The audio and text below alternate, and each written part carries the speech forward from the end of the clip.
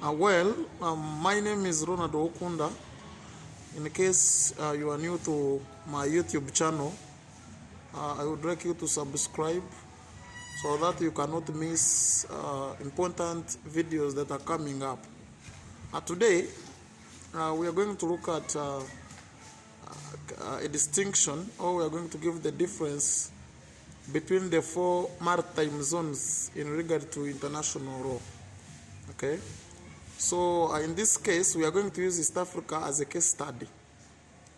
Okay, so we are going to look at the map of East Africa, and then we shall specifically focus on the eastern part of East Africa, which is Kenya and Tanzania in that part.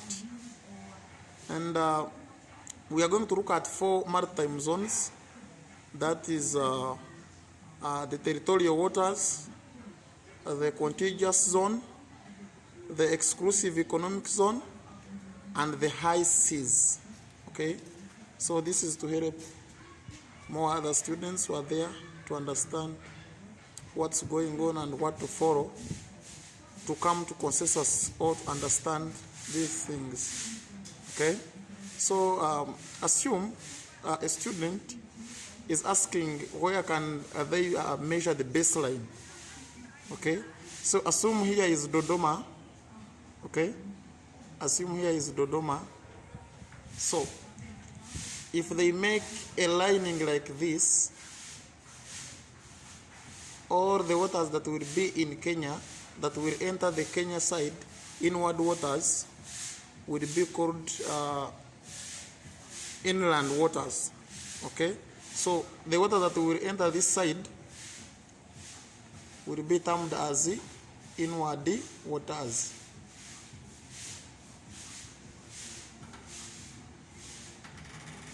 Will be termed as inland waters. Okay, then from here, from the baseline, we shall have it divided in four parts. Okay, so water that is here,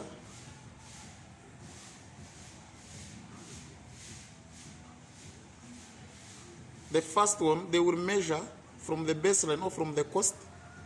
They will measure 12 nautical miles. Okay, and this one will be termed as territorial waters. Territorial waters.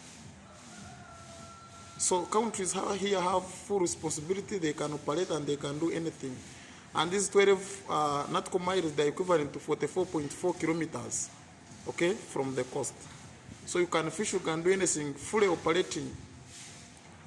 So that is the what is known as territorial waters. Then after that, we shall go to the second zone. The second zone, which is called contiguous zone. So contiguous zone will be also, they will again measure from the coast. They will measure 24 nautical miles. Okay, 24 nautical miles. And this type of water, or in this part, countries have rights to protect. This one was given or was put out in order countries to prevent the infringement to the territorial waters. Okay, and this, in this part, countries can survey or protect and prevent the infringement, like the immigrants, the sanitary, and all that.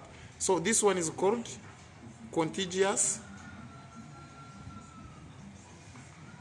zone. Okay, contiguous zone as the second part. Then we shall have the next part, which is they will also again measure from the coast again. From the coast again, they will measure 200 nautical miles. Okay, 200 nautical miles, they are equivalent to 370.6 kilometers. Okay, so under this one is termed as the exclusive exclusive economic zone. Okay, and under this, country have only right to survey, to see who is there. They have right to own the minerals and in the seabed. Okay, minerals in the seabed, the fishing and all that. But mostly it is only surveying to see who is who and who is carrying out anything in that. And then this one is called the exclusive economic zone, and the countries just to survey who is shipping from there, who is traveling from that corner, who is doing what. So that one is known as the exclusive economic zone. Then after that, we shall have another one, which is the last one, known as the high seas. So this one is the high seas. Okay, so countries have a responsibility.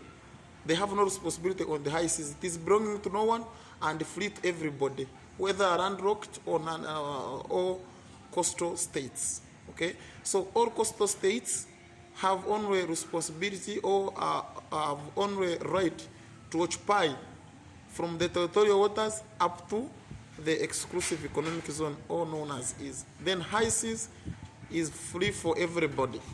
Okay, is free for everybody. And then from this, from economic zone or from the contiguous zone to the high seas, the above space or the space above is known as the international law. The space above is known from here. The space above is known as the international airspace. International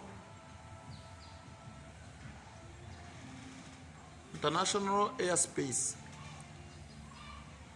Free space belonging to nobody. Everybody can use it. You can travel in that and no one can question you. And then from territorial waters to the coast, the space above is known as the nation space. So if you are in above that space, and of course there is the required miles that you are supposed to move. I hope you have gotten the meaning, and if you have any question towards that, then you can as well as raise it. Then the continental shelf below the seabed, or that part that is submerged to the seabed, is known as the continental shelf. I hope we get the difference. Let's help each other, and of course if you are new to this channel, simply subscribe so that you cannot miss the important videos. I thank you.